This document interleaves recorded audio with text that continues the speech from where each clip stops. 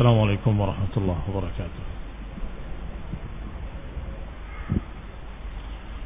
إن الحمد لله نحمده ونستعينه ونستغفره ونعوذ بالله من شرور أنفسنا ومن سيئات أعمالنا. من يهده الله فلا مضل له ومن يضلل فلا هادي له، وأشهد أن لا إله إلا الله وحده لا شريك له، وأشهد أن محمدا عبده ورسوله صلى الله عليه وعلى آله وأصحابه والتابعين وتابع التابعين ومن تبعهم بإحسان إلى يوم الدين.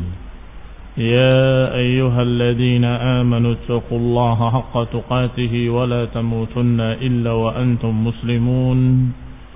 يا أيها الناس اتقوا ربكم الذي خلقكم من نفس واحدة وخلق منها زوجها وبث منهما رجالا كثيرا ونساء، واتقوا الله الذي تساءلون به والأرحام إن الله كان عليكم رقيبا. يا أيها الذين آمنوا اتقوا الله وقولوا قولا سديدا يصلح لكم أعمالكم ويغفر لكم ذنوبكم، ومن يطع الله ورسوله فقد فاز فوزا عظيما.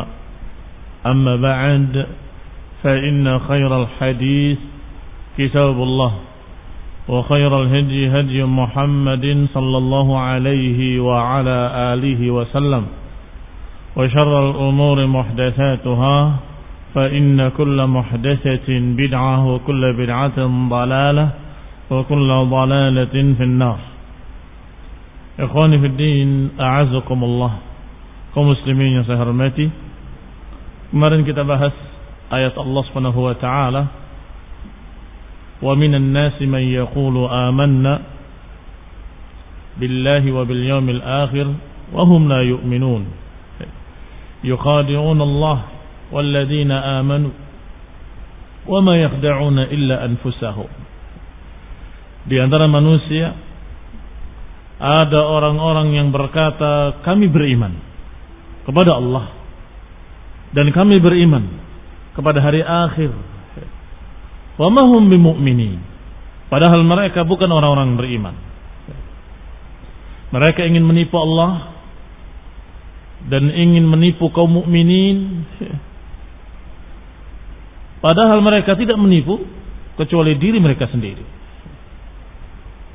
Alhamdulillah, sudah dijelaskan bahwasanya itu berita dari Allah Subhanahu wa taala bahwa di tengah orang-orang beriman ada para munafikin.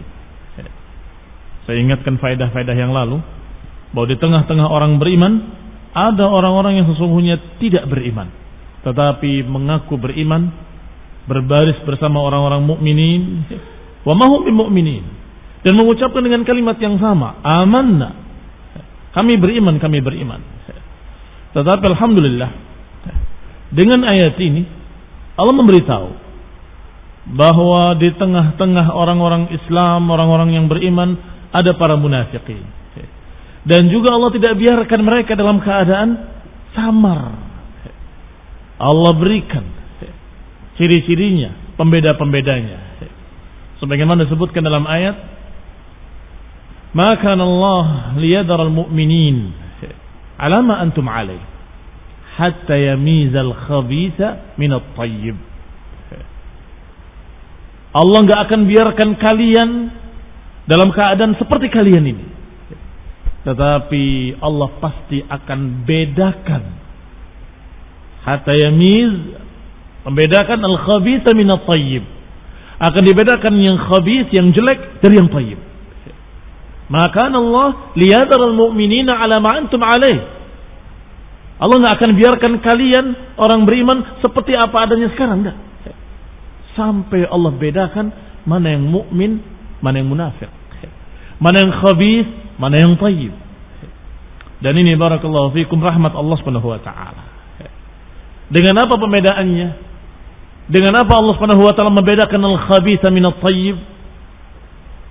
dengan ujian demi ujian, dengan fitnah demi fitnah. Sebagaimana dikatakan alif lam mim, ahasiban nasu an yutraku an yaqulu amanna wa hum la yuftanun. Alif lam mim, apakah manusia mengira bahwa mereka akan dibiarkan mengatakan kami beriman, wa hum la yuftanun, dalam keadaan mereka belum diuji atau tidak diuji? Maknanya adalah siapa yang menyatakan amanna pasti yuftanun. Dan kalau sudah yuftanun yumayyaz. Kalau sudah yuftanun yumayyaz al-khabitha min at-tayyib, akan terbedakan antara yang khabith dengan yang tayyib. Akan terbedakan yang jujur dengan yang dusta. Akan terbedakan mukminun yang benar-benar mukmin dengan orang-orang munafiqin. Sehingga Allah katakan dalam ayat berikutnya, walaqad fatanna alladziina min qablihim fala ya'lamanna Allahu alladziina shadaqu wa la ya'lamanna al-kadhibin. Dan sungguh kami telah uji, kata Allah, orang-orang yang sebelum mereka, dan kami pasti tahu, kata Allah, siapa yang jujur, sadaku, dan siapa yang kadzibin. Sehingga barakallahu fikum, para munafikin sepanjang masa terlihat dengan ciri-cirinya. Dan Allah katakan dalam ayat lain, dalam surat Muhammad sallallahu alaihi wasallam, "Lau nasya'u la arainakahum fala 'araftahum bisimahum." Dan kalau kami kehendaki, la arainakahum, kami akan tunjukkan kepadamu mereka, para munafikin. Kami akan tunjukkan. Fala 'araftahum bisimahum, dan engkau pasti tahu dengan ciri-ciri mereka, simahum, dengan ciri-ciri mereka. Maka ikhwan fillah azakumullah, dengan ujian demi ujian yumayyaz, terpisah antara siapa yang sadaku dan siapa yang kadzibin. Dengan ujian demi ujian terpisah, mana yang khabith, mana yang tayyib. Dan ini rahmat Allah Subhanahu wa taala. La arainakahum, kami akan tunjukkan kepada kamu bisimahum, dengan ciri-cirinya. Sehingga barakallahu fikum, ini apa yang tertinggal kemarin dari faedah, bahwa orang-orang munafikin pasti akan dibongkar oleh Allah, pasti akan dibuka tanda-tandanya, ciri-cirinya, dengan kejadian demi kejadian, dengan ujian demi ujian. Kemudian Allah Subhanahu wa taala menyatakan dalam ayat berikutnya atau dalam ayat yang setelahnya, yukhadi'un Allah, menipu Allah. Dan ini ciri-ciri munafikin. Maka mereka kadang-kadang disebut dengan mukhadi', penipu. Disebut dengan penipu, mukhadi'. Allah sebutkan dalam beberapa ayat. Di antaranya ayat Allah Subhanahu wa taala, yauma yab'atsuhumullahu jami'an fayahlifuna lahu kama yahlifuna lakum wa yahsabuna annahum 'ala syai' ala innahum humul kadhibun.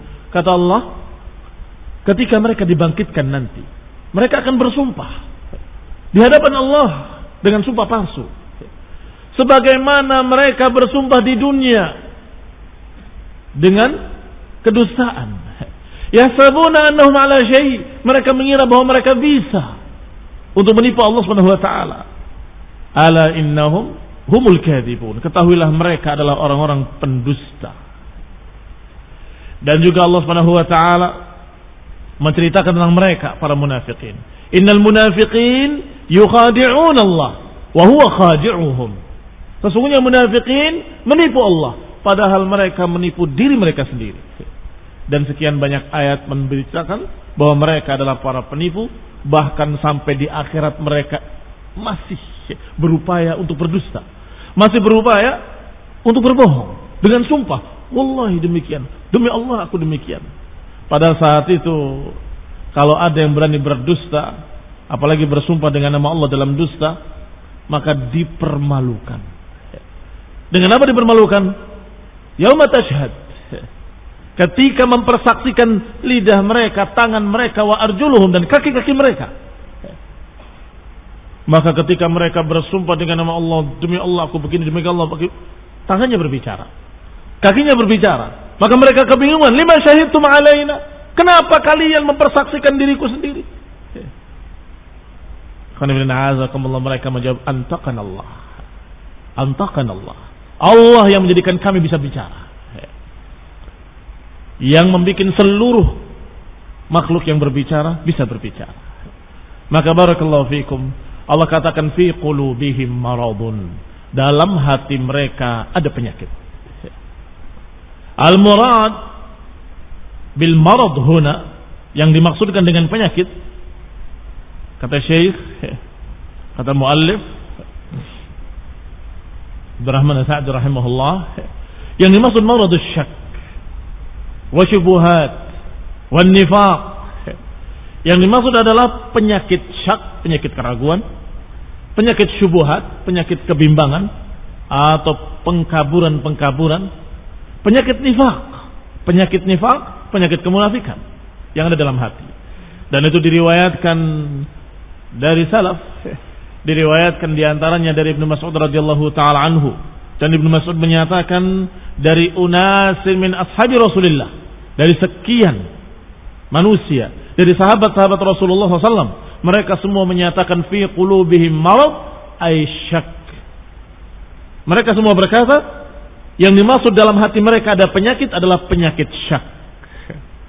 Demikian pula diriwayatkan dari Ibnu Abbas radhiyallahu taala anhuma, wa fi qulubihim marad, kata Ibnu Abbas, asyak, keraguan. Demikian pula diriwayatkan dari Mujahid, dari Ikrimah, dari Al-Hasan Al-Basri, dari Abu Al-Aliyah dan Rabi' ibn Anas dan juga Qatadah. Semuanya menyatakan bahwa fi qulubihim marad, dalam hati mereka ada penyakit, adalah penyakit keraguan, tidak yakin. Amanna billah wal yaumil akhir, kami beriman pada Allah dan yaumil akhir, padahal hati mereka ragu. Hati mereka tidak yakin, hati mereka ragu. Ini dikatakan penyakit. Adapun diriwayatkan dari Ikrimah dan Tawus menyatakan fi qulubihim marad ay maradur riya. Marad ar-riya. Ar-riya ingin dilihat oleh manusia, ingin dipuji oleh manusia, dan itu sifat yang khas pada munafikin. Sifat yang khas pada munafikin adalah ingin dilihat. Yura'unan nas, sebagaimana disebutkan tentang salatnya mereka, idza qamu ila shalah qamu kusala yura'unan nas. Kalau mereka bangkit untuk salat, mereka bangkit dengan malas. Yura'unan nas, mereka ingin dilihat oleh manusia. Adapun yang lain diriwayatkan dari Ibnu Abbas juga, dalam riwayat lainnya beliau menyatakan bahwa marad yang dimaksud dalam ayat ini adalah maradun nifaq, penyakit nifaq. Persis seperti apa yang dikatakan oleh beliau, oleh al-mufassir, al-muallif dalam kitab kita Taisirul Aziz Al-Hamid, Taisirul Karim Ar-Rahman, yaitu Syekh Abdurrahman As-Sa'di rahimahullah, bahwasanya yang dimaksud marad adalah syak wa syubuhat wa nifaq. Lianna al-qalba ya'rudu lahu maradan, karena yang namanya hati selalu dihadapi atau selalu diuji atau difitnah dengan dua penyakit. Yukhrujanihi an sihhatihi wa i'tidalihi, yang mengeluarkan hati tadi dari kesehatannya kepada sakit, menyeret dari keutuhannya kepada kerusakan. Apa dua penyakit ini? Yang selalu mengganggu, yang selalu menghadang di hadapan hati-hati seluruh orang yang menyatakan kami beriman, kami beriman. Yang pertama maradus syubhat, yang kedua maradus syahawat. Adapun maradus syubhat al-batilah, penyakit-penyakit syubhat yang batilah. Syubhat, kekaburan-kekaburan. Dan dengan kekaburan-kekaburan hati menjadi syak, sehingga enggak bertentangan dengan apa ditafsirkan dari salaf bahwa makna penyakit adalah syak. Karena yang namanya hati selalu digoda, selalu ditentang, dihadang oleh dua penyakit. Penyakit pertama marad asyubuhat, penyakit-penyakit syubhat, yang kalau masuk ke dalam hati membuat hati jadi ragu. Yang tadinya dia melihat hak adalah hak, setelah masuk syubhat dia tidak bisa melihat kebenaran. Ini benar atau tidak benar, ini hak apa batil, jadi kabur. Yang tadinya dia melihat itu hak, terlihat kayak batil. Yang tadinya dia yakin itu batil, tiba-tiba berubah seakan-akan benar. Ini barakallahu fikum karena syubhat. Makanya para ulama sangat berhati-hati dari penyakit syubhat.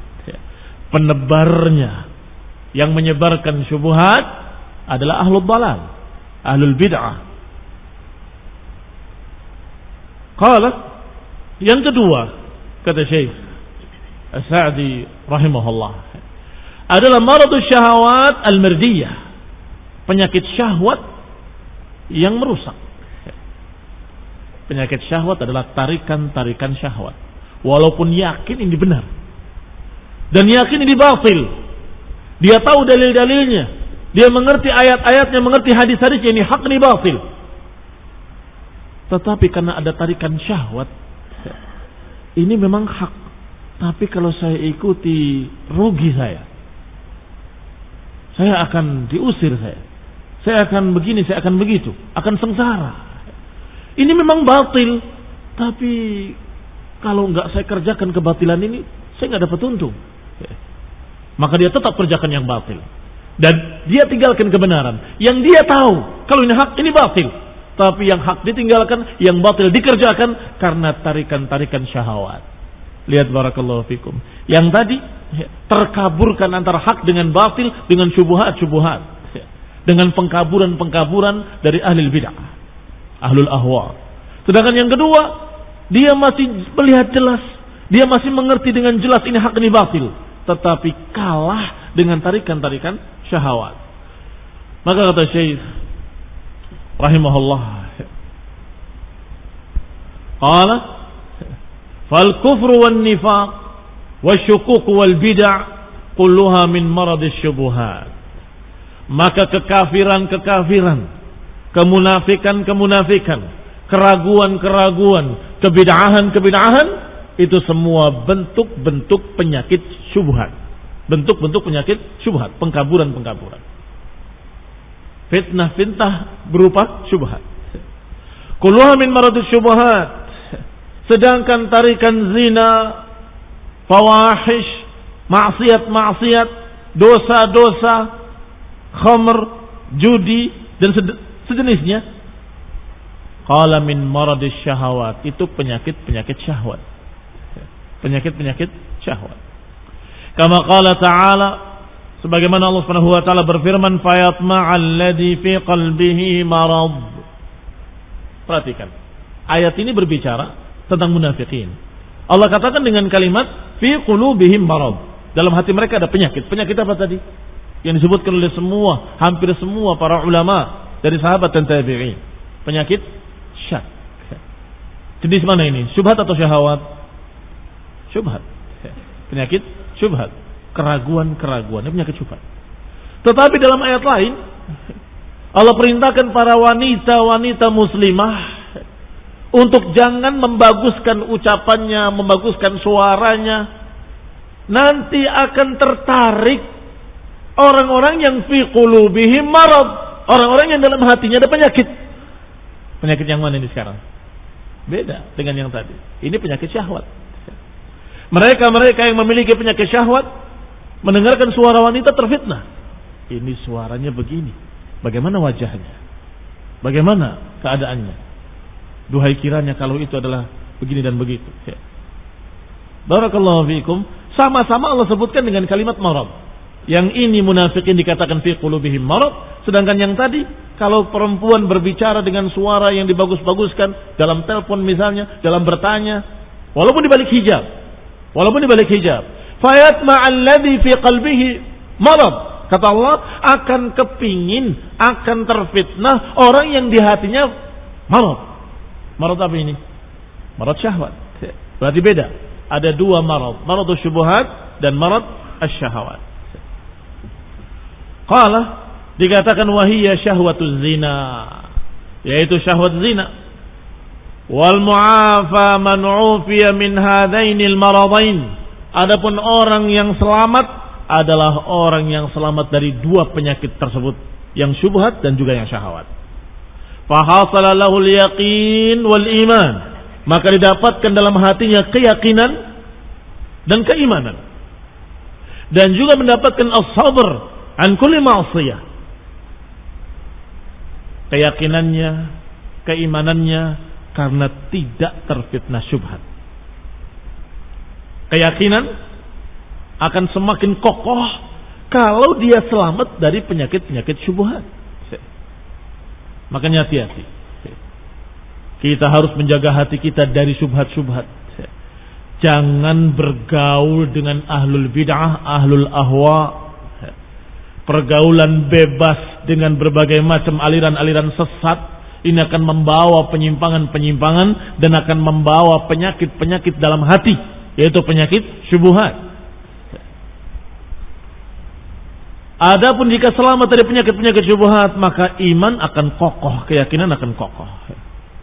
Sedangkan yang kedua, hati akan mendapatkan sabar yang kokoh kuat. Kapan? Kalau selamat dari penyakit-penyakit syahwat. Kalau selamat dari penyakit-penyakit syahwat, maka nggak ada tarikan-tarikan ke arah dosa dan kemaksiatan. Farafala fi aswabil afiyah, maka dia akan terlindungi dalam pakaian kesehatan, keselamatan. Barakallahu fikum. Adapun mereka para munafikin, Allah katakan fi qulubihim maradun fazadahumullahu marada. Dalam hati mereka ada penyakit dan Allah tambah atas mereka penyakitnya. Allah tambah bagi mereka penyakitnya. Dan ini barakallahu fikum apa yang pernah kita bahas dalam kitab Aqidah Tahawiyah, bahwa satu dosa akan melahirkan dosa yang berikutnya. Dosa yang kedua akan melahirkan dosa yang berikutnya, dan itu jazaan lima fa'ala qablahu, balasan dari apa yang dia kerjakan di awalnya. Tadinya dia tidak berpikir untuk berbuat dosa sebesar itu, tetapi karena dosa yang di bawahnya dia kerjakan, tiba-tiba sampai kepada dosa yang lebih besar. Ketika dia kerjakan dosa yang lebih besar dan dia tetap israr, berpindah kepada kebid'ahan, kekufuran, na'udzubillah, sebagaimana dibahas pula oleh Ibnu Qayyim rahimahullah dalam Ighatsatul Lahafan. Maka dikatakan oleh Syekh Sa'di dalam tafsir kita ini, qala rahimahullah, bayan li hikmatihi ta'ala fi taqdiril ma'asi. Allah jelaskan hikmah apa yang Allah takdirkan dari kemaksiatan-kemaksiatan 'alal 'asi. Allah takdirkan kemaksiatan-kemaksiatan atas orang yang bermaksiat. Wa annahu bisababi dzunubihim musabiqah, yang ternyata dosa-dosa tersebut yang Allah takdirkan karena dosa mereka yang sebelumnya. Karena orang yang belajar mencari ilmu, mengkaji ilmu, mempelajari ilmu, membaca Al-Quran dan sibuk dengan sunnah demi sunnah, terjaga dari maksiat. Terjaga dari maksiat. Datang ke majelis ilmu, duduk di majelis ilmu, insya Allah dia selamat. Kenapa selamat? Sudah di tempat yang baik bersama orang-orang baik. Sudah di tempat yang saleh bersama orang-orang yang saleh, insya Allah selamat. Dia berbuat perkara penyimpangan kecil saja akan ditegur. Ya akhi, tidak boleh begitu. Iya kan? Bagaimana ketika berbuat sesuatu yang jelek di majlis para tullabul ilm? Malu dia, dan itu malu yang syar'i. Malu yang syar'i. Selamat. Tetapi kalau dia mulai enggan untuk hadir di majlis ilm, menjauh dari orang-orang salihin, bahkan bergaul dengan orang-orang yang awam, maka mulai bergampang-gampang dengan pelanggaran. Pertama, pelanggaran hanya ikut-ikutan. Saya nggak berbuat, saya cuma duduk. Pelanggaran bukan itu. Duduk bersama orang yang bermaksiat, itu sudah pelanggaran semuanya. Tapi dia nggak merasa kalau itu dosa, nggak merasa kalau itu kemaksiatan. Padahal dia duduk bersama orang bermaksiat. Mulai. Setelah itu, nggak ada yang tahu. Ikhwan ahlu sunnah, nggak ada yang lihat saya berbuat lagi yang lebih besar dari itu. Ikut bersama mereka, ikut berbuat. Dan terus meningkat. Dan yang kedua, ketiga, keempat, jazaan lima fa'alahu qablu. Yang sekian, itu balasan dari Allah karena dia beramal dengan amalan jelek di awalnya. Barakallahu fikum. Sampai husnul khatimah. Dan su'ul khatimah, kata para ulama, itu tidak tiba-tiba didapatkan. Tiba-tiba orang ini mati dalam keadaan husnul khatimah. Walaupun sebagaimana diriwayatkan, sudah tinggal sejengkal lagi, tiba-tiba berubah jadi ahlul iman. Kata para ulama, itu ada sebab-sebab di awalnya. Di antara sebabnya adalah ketika dia berbuat dosa, hatinya menolak dan berontak. Orang tidak ada yang tahu, taunya dia ahli maksiat saja. Tetapi dia sesungguhnya tidak terima dan gelisah. Seorang mukmin adalah apa yang dosa-dosanya membuat jelek dirinya. Ini hatinya gelisah terus. Maka ketika dia tiba-tiba dalam keadaan menghadapi maut, dia ingat dosa-dosanya, dia taubat, berubah. Tetapi mereka yang israr dengan tenangnya, berarti dia sudah punya penyakit yang berbahaya, yaitu al-aman min makrillah, merasa aman dari makar Allah SWT. Penyakit aman dari makar Allah inilah yang menyebabkan nanti dia mendapatkan yang lebih jelek lagi, yaitu su'ul khatimah. Afa aminu makrallah? Apakah mereka merasa tenang dari adab Allah? Maka husnul khatimah tadi didapatkan dari awalnya. Dia selalu gelisah, selalu takut dengan dosa-dosanya. Sedangkan yang ini su'ul khatimah karena sebab awalnya dia memiliki dosa besar, yaitu al-aman min makrillah. Ada seorang yang bertanya kemarin, atau malah tadi pagi, bagaimana dengan orang yang berbuat dosa, maksiat? Kalau ditegur jawabannya ini kan bukan dosa besar. Ini kan bukan syirik, bukan bid'ah. Seakan-akan nggak apa-apa. Ana bilang bahwa itu dosa besar. Walaupun yang dikerjakannya zatnya dosa kecil, tetapi dosa besarnya adalah al-aman, merasa aman dari azab Allah. Itu sudah dosa besar. Dosa besar itu adalah kesyirikan, merasa aman dari